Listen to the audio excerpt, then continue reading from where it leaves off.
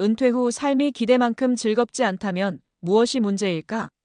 많은 사람들이 은퇴를 인생의 마침표로 여깁니다. 직장 생활이 끝나면 마치 큰 무대에서 내려온 것처럼 허무함을 느끼죠.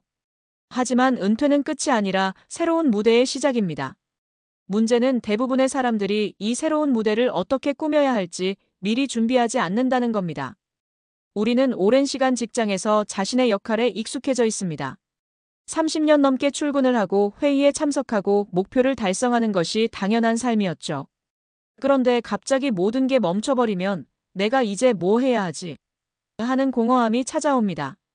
심리학적으로도 은퇴는 큰 변화를 수반하는 인생의 전환점으로 제대로 준비하지 않으면 우울감, 무력감, 심지어 건강 악화까지 이어질 수 있습니다.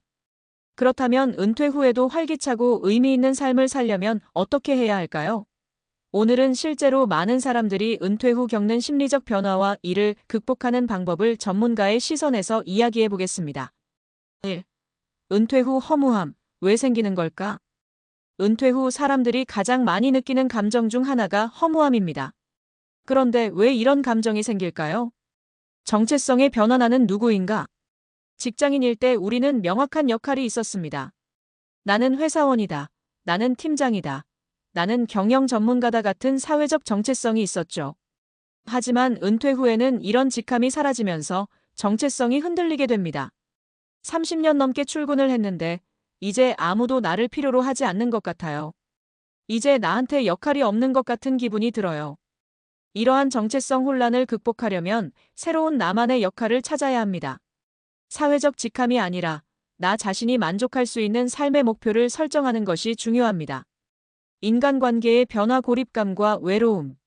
직장 생활을 할 때는 자연스럽게 사람들과 교류했습니다.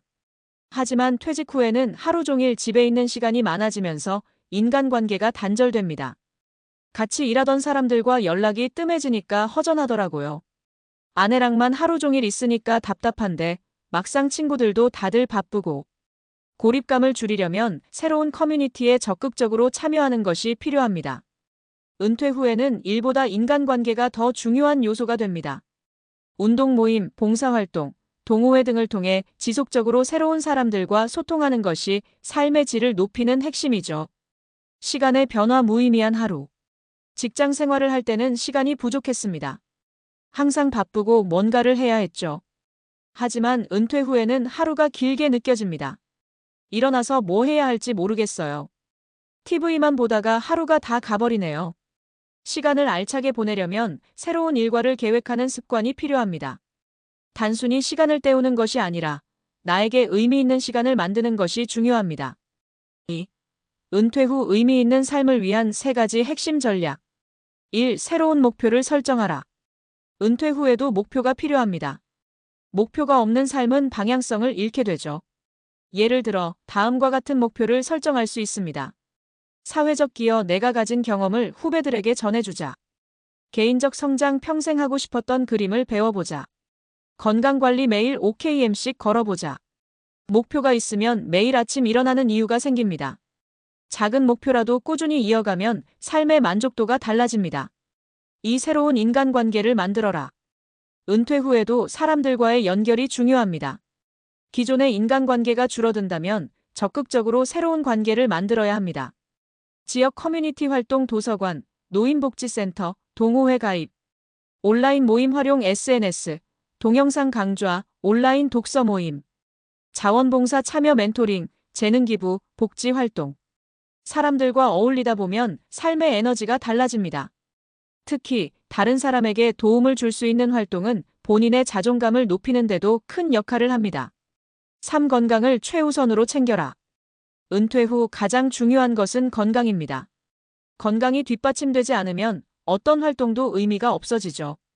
운동 습관 들이기, 매일 일정 시간 걷기, 요가나 필라테스 같은 가벼운 운동 시작하기, 수영, 등산 등 흥미로운 운동 찾기, 마음 건강 관리, 명상, 심리 상담 활용하기, 긍정적인 마인드 유지하기, 하루를 감사하는 습관 만들기. 건강이 좋아야 뭐든 할 수 있습니다. 몸이 건강해지면 마음도 밝아져요. 3. 사례를 통해 보는 진짜 행복한 은퇴 생활.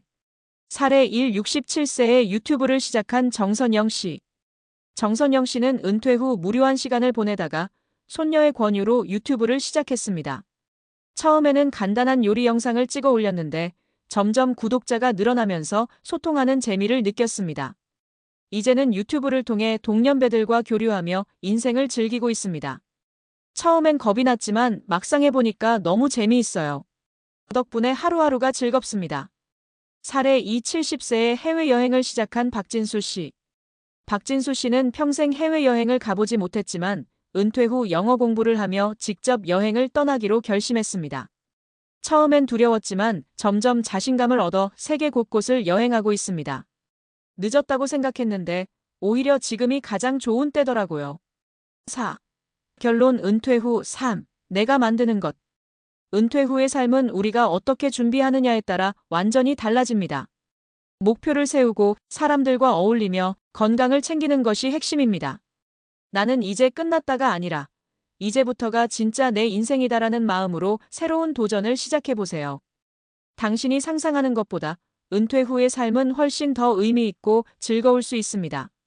지금부터라도 새로운 인생의 주인공이 되어보는 건 어떨까요?